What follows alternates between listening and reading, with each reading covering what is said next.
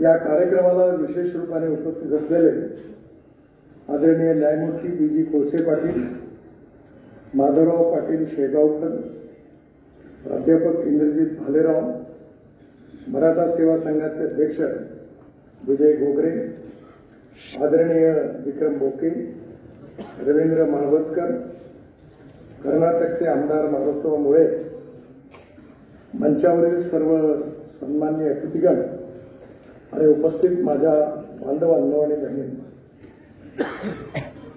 1995 साली मी पहिल्यांदा मंत्री झालो आणि महाराष्ट्र राज्याचा बांधकाम मंत्री म्हणून मी संपूर्ण महाराष्ट्राच्या जिल्ह्याचा दौरा केला.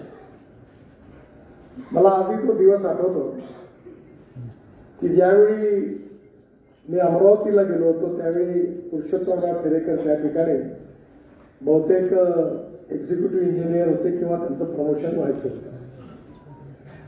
मला वाटतं नाशिककर बहुतेक ते होते. आणि त्या काळामध्ये माझा आग्रह होता की वसतिगृह आपलं हे गेस्ट हाऊस चांगली असली पाहिजे, स्वच्छ असली पाहिजे, उत्तम असली पाहिजे, पडदे नीट राहिले पाहिजे, सादगी घुसल्या पाहिजे. आणि या आग्रहामुळे मी दरवेळेला सगळं चेक करायचं. पण या संदर्भामध्ये सरकार कसं चालतं याचा मला एक चांगला अनुभव आला. मी मंत्री असताना मुंबई गोवा रस्त्याची पाहणी करण्याकरता सकाळी 5:30च्या विमानाने मुंबईवरून निघालो आणि गोव्याला उतरलो. सकाळी काही मी शौचालयाला जाऊ शकलो नाही, त्यामुळे प्रेशर होतं आणि म्हणून विमानतळावरून कसं तरी बसून आता लवकर मी महाराष्ट्राच्या बॉर्डरवरचं जे पहिलं गाव आहे, काय नाव गोवाचं, त्या जिथे गेस्ट हाऊस आहे तर त्या ठिकाणी पोहोचून मग प्रवास सुरू होणार होता. पण तिथे आल्यानंतर पोलीसचे सलामी वगैरे घेताना मी अस्वस्थ होतो, पण ती घेतली आणि धावत मी लगेच गेस्ट हाऊस मध्ये गेलो आणि शौचालयात गेलो. आणि गेल्यानंतर मी त्या सीटवर बसलो आणि नंतर जेव्हा उठलो तेव्हा फक्त माझ्या डोळ्यातून पाणी येत होतं, कारण मी येणार म्हणून तिथे प्लास्टिकच्या शीटला आदल्या दिवशी ऑइंटमेंट लावलेला होता.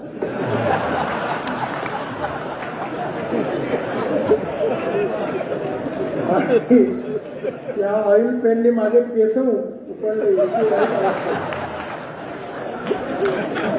आणि इतका मला राग आला की मी बाहेर आलो असतो तर कोणाला तरी झापड मारली असते, इतका मला त्रास झाला. पण मी थोडा वेळ शांत राहिलो आणि मग बाहेर आल्यानंतर आमचे सेक्रेटरी तांबे साहेब, त्यांना मी म्हणलं, तांबे साहेब, हे मला सांगा की या शौचालयाच्या याच्यावर हे ऑइंटमेंट लावलाय, मी आत्ता आलो, हे मूर्खासारखं काम करणारे कोण महान व्यक्ती आहे? त्यांना लक्षात आलं प्रकार काय झाला. त्यावेळी कोकणाचे चीफ इंजिनियर होते पाटील साहेब, चांगले अधिकारी होते.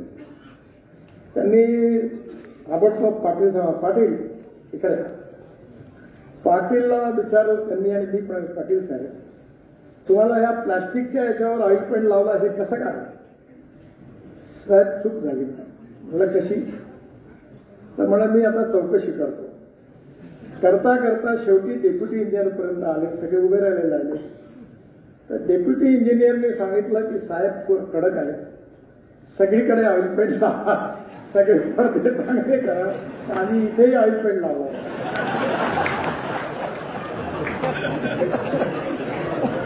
तेव्हा मला लक्षात आलं की सरकार कसं चालतं.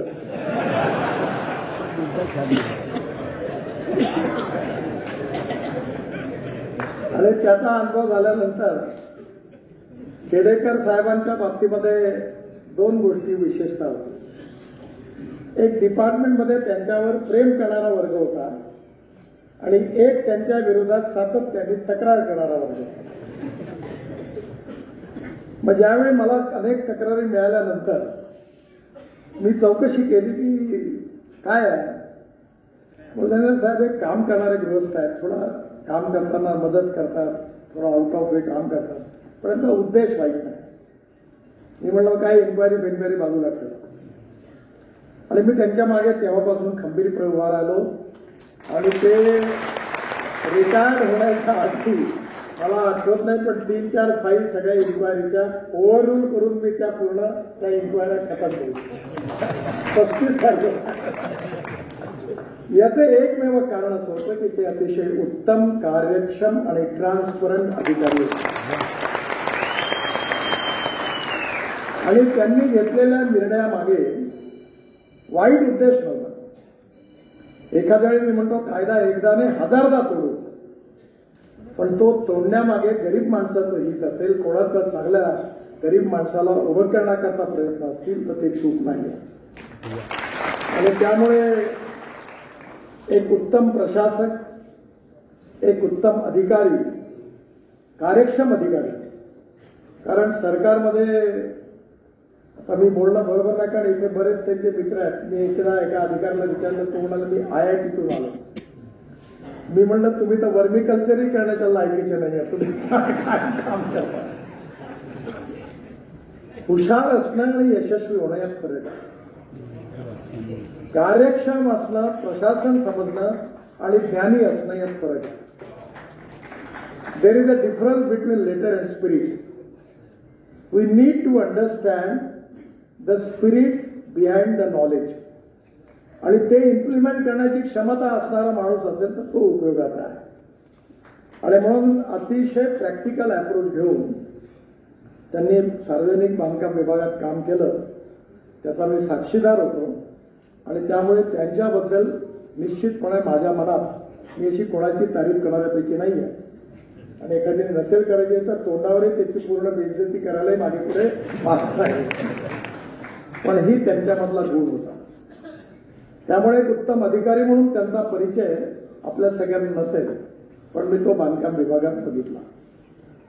दुसरी महत्वाची गोष्ट जी होती ती म्हणजे समाजाबद्दलची आत्मीयता, जबाबदारी, संवेदनशीलता आणि समाजाच्या विकासाची तळमळ. खरं म्हणजे आपला जो देश आहे तो अनेक समाजांना एकत्र मिळून झालेला देश आहे.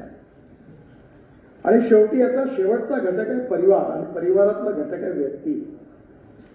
जर समाजाचा आणि देशाचा विकास व्हायचा असेल तर पहिले परिवाराचा विकास झाला पाहिजे. त्यांनी सांगितलं ते बरोबर आहे. माझ्याकडे बरेच लोक येतात आणि राजकारणाबद्दल तर माझं मत चांगलं नाही आहे. इथे फक्त यूज अँड थ्रो फिलॉसॉफी आहे. त्यामुळे मला एखाद्या आले म्हणाले की मला देशाकरता आयुष्य द्यायचं आहे, तुम्ही काय करता. पण माझं किराणाचं दुकान होतं पण ते दिवाळी निघालं. घरी कोण आहे, बायको आहे, मुलं आहे. म्हणजे तुमची गरज नाही म्हणलं राजकारणात आणि देशालाही नाही. पहिले आपलं घर व्यवस्थित सांभाळा आणि मग देशाची सेवा करावी. त्यामुळे संघटनेमध्ये आणि पक्षामध्ये कार्यकर्त्याचा माणूस म्हणून विचार करणं अतिशय आवश्यक आहे. आणि no philosophy can be taught to empty stomach, हे विवेकानंदांनी सांगितलं आहे. आणि म्हणून मी आता अनुभव चांगला घेतला कारण आम्ही सातत्याने आंदोलन करायचो. इमर्जन्सीचा मी प्रॉडक्ट आहे. अनेक वेळा जेलमध्ये आम्ही गेलो आणि 50 रुपये भरायला नव्हते जात मुलग्यावर जमानती करता म्हणून जेलमध्ये गेलो. तो काळ तसाच होता की 50 रुपये द्यायला कोणी तयार नव्हता. त्यामुळे आयुष्यामध्ये पैसा हे जीवनातलं साध्य नाही आहे, पण साधन निश्चितपणे आहे. आणि जर तुम्ही प्रामाणिकपणे आपल्या जीवनामध्ये आपला उदरनिर्वाह करण्याची क्षमता ठेवू शकले नाही तर तुम्ही समाजाचीही सेवा करू शकत नाही, हे निश्चित आहे. आणि म्हणून मला याही गोष्टीचा आनंद आहे की त्यांनी अतिशय इमानदारीने आपली नोकरी केली. आणि ही नोकरी करत असताना सामाजिक जाणीव ही घेऊन लोकांना मदत करण्याचा प्रयत्न केला. त्यांनी ज्याचा उल्लेख केला या योजनेचा, त्यावेळी महाराष्ट्रामध्ये लेबर सोसायटीचा सुशोध हातही वाढला. आणि या सोसायट्या बहुतेक नेत्यांच्याच आहेत. ते डाव्या उजव्या पायाच्या अंगठे मारून त्या सोसायट्यामध्ये कामं दिलं. हा महाराष्ट्रात आणि फुले आंबेडकर शाहू महाराजांचं नाव घेऊन हा धंदा सगळ्यात जोरात सर्वपक्षीय धंदा. आता मला माहित नाही या सोसायट्या किती कमी झाल्या, कारण त्यांना प्रायोरिटी होती. त्यावेळी मी ठरवलं की महाराष्ट्रामधले जे बेरोजगार अभियंते आहेत जे इंजिनियर झालेले आहेत, डिप्लोमा होल्डर्स आहेत, त्यांना डायरेक्ट रजिस्ट्रेशन झालं आणि त्या रजिस्ट्रेशनचा फायदा एवढा झाला की कमीत कमी हजारो तरुण मुलं हे महाराष्ट्रामध्ये जे इंजिनियर होते ते उत्तम कॉन्ट्रॅक्टर बनले आणि महाराष्ट्रामध्ये असे अनेक मोठे कॉन्ट्रॅक्टर होते. आणि म्हणून आपला तो आहे इंजिनिअरिंग कॉन्ट्रॅक्टर असोसिएशनचा अध्यक्ष. आणि एकदा माझ्याकडे मर्सिडीज गाडी घेऊन एअरपोर्टमध्ये माझ्या गाडीत बसा आणि म्हटलं मी काय करू बसून. त्यामुळे आपण जर आम्हाला सुशिक्षित अभियंता म्हणून कॉन्ट्रॅक्टर बनवलं नसतं तर ही गाडी आम्हाला घेता आली नसती. आणि खेडेकर साहेबांनी त्या डिपार्टमेंटमध्ये चाकोरीनीच चालणारे 90% लोक असतात आणि ज्यावेळी ही योजना आली त्यावेळी खेडेकर साहेब म्हणले नाही ही योजना आली पाहिजे साहेब. बाकी सगळे डिपार्टमेंट विरोधात होते पण आम्ही योजना आणली. ही त्यांच्या मनात पहिल्यापासूनची भावना होती. आज विशेषतः येणारं काळ जे युग जे आहे ते खऱ्या अर्थाने आपल्याला जगामध्ये विश्वगुरू बनायचं असेल तर नॉलेज ही सगळ्यात मोठी शक्ती आहे. आणि आज आपला जो आदर्श आहे ज्याच्यापासून आपण मी तरी माझ्या जीवनामध्ये माझ्या आईवडिलांपेक्षाही जास्त कोणाला मानतो तो छत्रपती शिवाजी महाराजांना. याचं कारण असं आहे की तुम्ही कुठल्याही कसोटीवर शिवाजी महाराजांना बघा. आदर्श राजा, आदर्श प्रशासक, आदर्श पिता, आदर्श पुत्र, आदर्श पालक, कुठल्याही आदर्शाच्या कल्पनेवर 100% कसोटीवर उतरवणारा या देशाच्या इतिहासातला कोणी राजा असेल तर ते छत्रपती शिवाजी. आणि म्हणून छत्रपती शिवाजी महाराज हे न्यायाला किती म्हणजे एखाद्या वेळी शिक्षा द्यायची असेल तर आपला मुलगा आहे म्हणून त्याच्याबद्दल कधी फेवर करणारी भावना त्यांच्या मनात नव्हती. प्रत्येक निर्णय हा इंडिपेंडेंट, इम्पार्शल आणि फेअर जनतेच्या हिताचा विचार घेऊन त्यांनी केला. अनेक लढाया जिंकल्या पण पूर्ण इतिहासामध्ये कुठल्याही परिस्थितीवर युद्ध जिंकल्यानंतर अन्याय अत्याचार करण्याची एकही घटना छत्रपती शिवाजी महाराजांच्या इतिहासात नाही. अनेक लढाया जिंकल्या, राज्य पादाक्रम केली पण अन्य धर्मीयांची प्रार्थना स्थळ उद्ध्वस्त करणारी एकही घटना नाही. एकही घटना.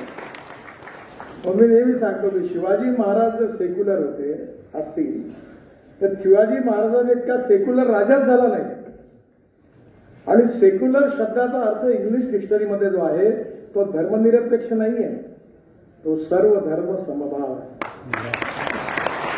आणि सर्व धर्माबद्दल सन्मान ठेवणारा हिंदुस्थानच्या इतिहासातला खरा सेक्युलर राजा कोणी असेल तर ते छत्रपती शिवाजी महाराज.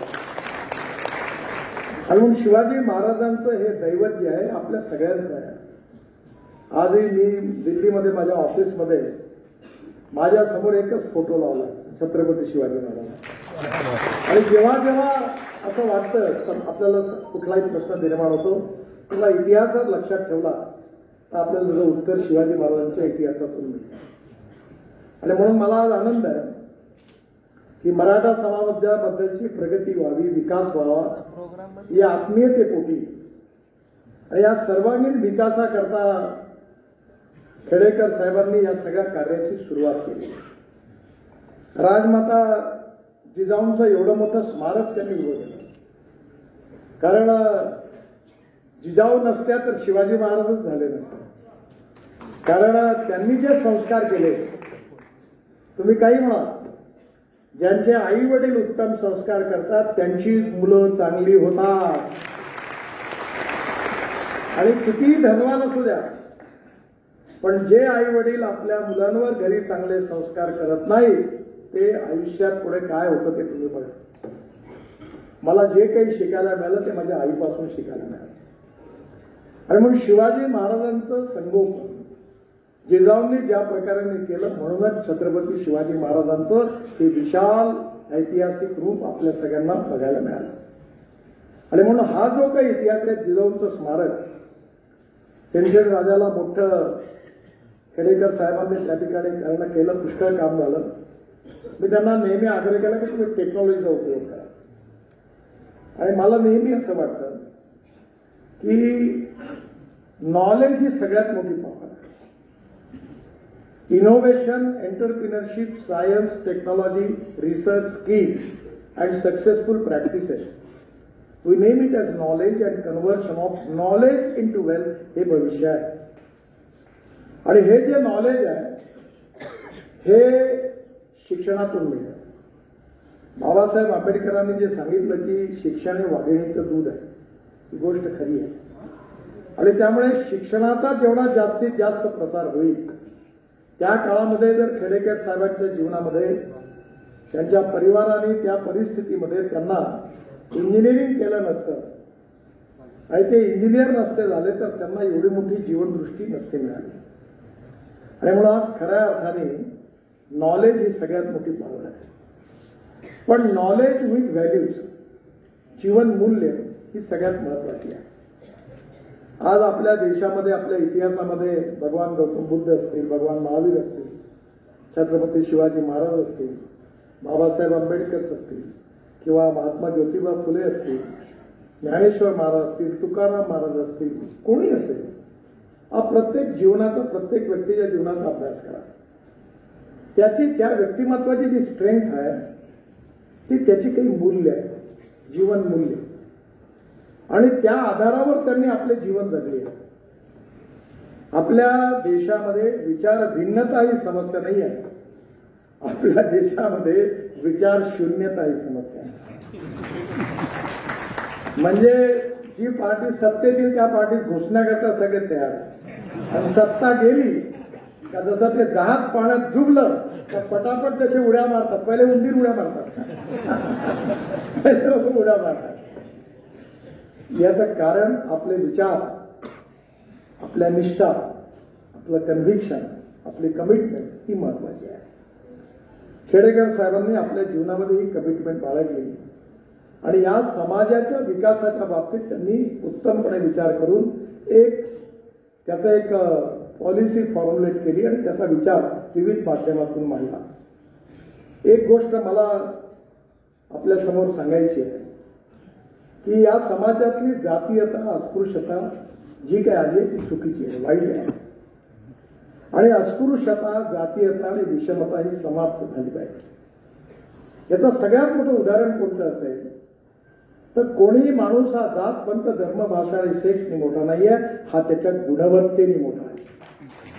आणि याचं उत्तम उदाहरण म्हणजे मराठा समाजातलं.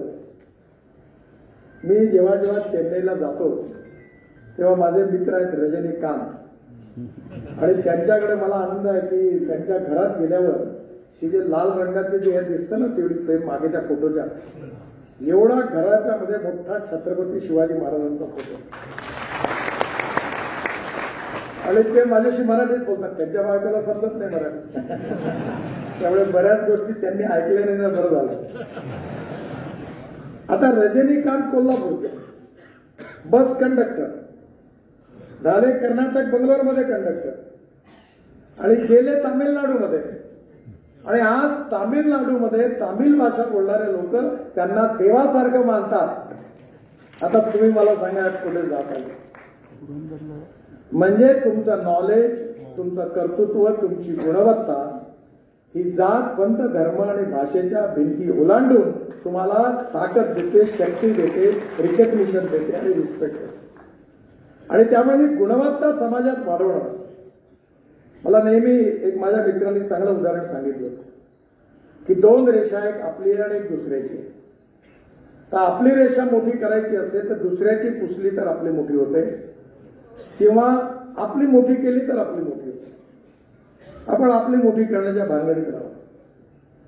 आणि म्हणून आज समाजामध्ये खऱ्या अर्थाने ही कर्तृत्व, वक्तृत्व, नेतृत्व, विविध प्रकारची जी गुणवत्ता आहे, जिचा संबंध संस्काराशी आहे आणि संस्काराचा संबंध जीवन मूल्यांशी आहे, त्याच्या आधारावर समाजातून उत्तम नागरिक, उत्तम नेतृत्व कसं तयार होईल, हे खऱ्या अर्थाने समाज निर्माणाचं काम आहे.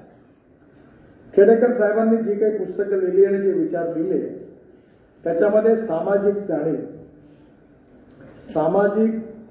जाणीवेच्या बरोबर सामाजिक संवेदनशीलता. कारण शेवटी तुम्हाला स्वतःचं पोट तर भरलंच पाहिजे.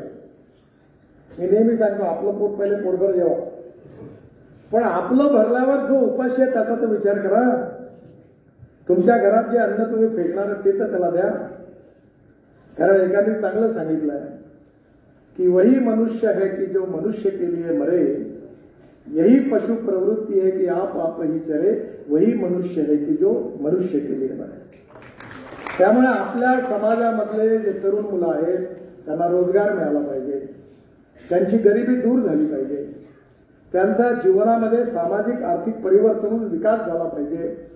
आणि कुठेतरी जे थोर महात्मे होऊन गेले चरित्र त्यांचे पहावरा, आपण त्यांच्या समान व्हावे हाच सापडे बोध करा. कुठेतरी जिजाऊपासून शिवाजी महाराजांपासून प्रेरणा घेऊन भविष्यातली पिढी कशी निर्माण होईल या बद्दलची आस्थाच नाही तर तळमळ ठेवून त्यांनी काम करण्याचा प्रयत्न केला. मला विश्वास आहे की ही खूप मोठी चळवळ आहे आणि हे चळवळ जी आहे ती राजकारणात स्वाभाविकपणे प्रत्येकाला आता मंत्री होत आहे, प्रत्येकाला आमदार होत आहे, खासदारकी पाहिजे. मला नको असं म्हणणारे कोणी नाही. ते प्रॉब्लेम असा आहे की जो नको म्हणते त्याच्या मागे धावतं आणि जो पाहिजे म्हणते त्याच्यापासून पळतं. त्याच्यामुळे मला असं वाटतं की राजकारणाच्या आपल्या मर्यादा. Every politician thinks for 5 years next election, and every socio-economic reformer thinks from century to century. ज्याला समाज बदलवायचा असतो तो 100 वर्षाचा विचार करतो. खेडेकर साहेबांनी एखादे जरी राजकारणात असले तरी खेडेकर साहेबांनी कधी तिकीट नाही मागितलं, त्याला मिळालं असतं. ते चांगलं झालं ते राजकारण झालं, कारण पार्टीचा ठप्पा लागला की माणसाला मर्यादा येतात. त्यांनी राजकारणाच्या बाहेर राहून आपलं शक्तिशाली विचाराने नेतृत्व उभं केलं.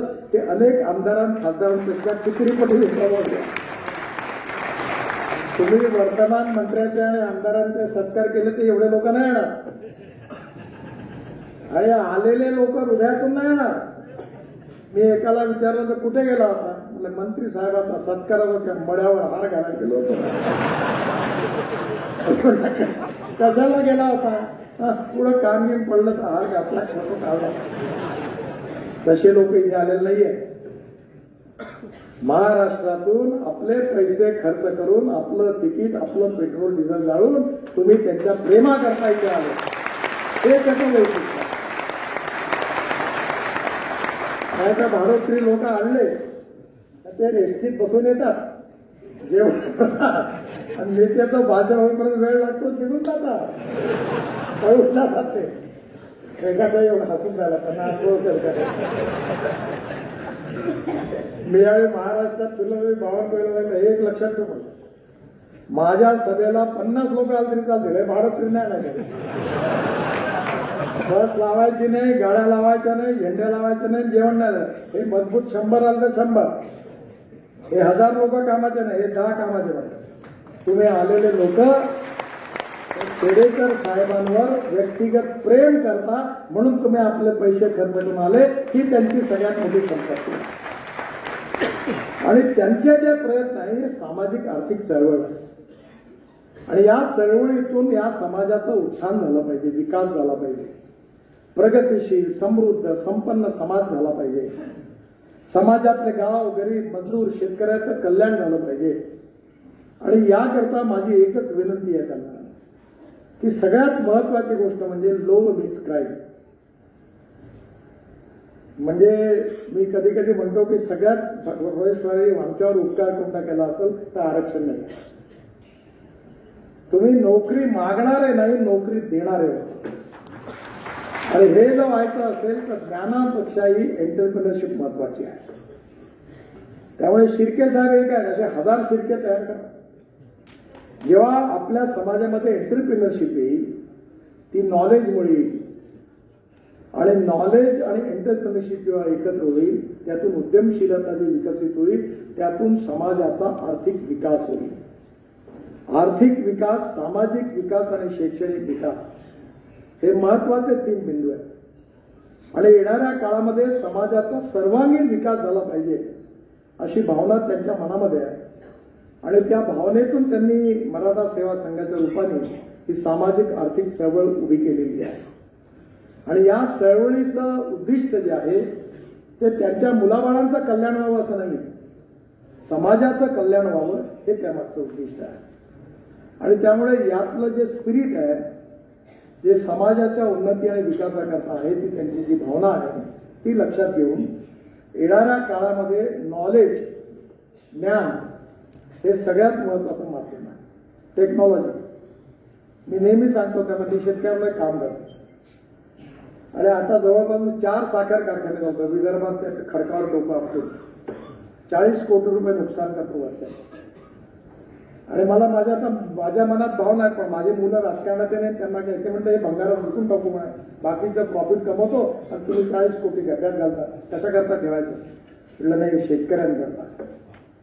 आणि आता मी लक्षात आलं, मी पॉवर तयार केली, म्हणजे शेतकऱ्यांनी आता खेडेकर साहेब आपण बायो बिट्युमेनवर तयार केलेला 1 किलोमीटर रस्ता नॅशनल हायवेचा आत्ता लवकर बांधून पूर्ण केला, की शेतकरी हा बिट्युमेन दाता आहे, इंधन दाता आहे, ऊर्जा दाता आहे. आणि मी संकल्प केला की आमचं नागपूरचं एअरपोर्ट झाल्यावर पहिलं विमान हे शेतकऱ्यांनी तयार केलेल्या हवाई इंधनावर धावणार आहे. मी म्हणतो ते 101% खरं होतं बरं, मी खोटं बोलणाऱ्यापैकी देता नाही. आणि मग हे शेतकरी करू शकतो. माझ्याकडे स्वतः 88 टन एकरी ऊस काढला, 18 क्विंटल सोयाबीन झाला.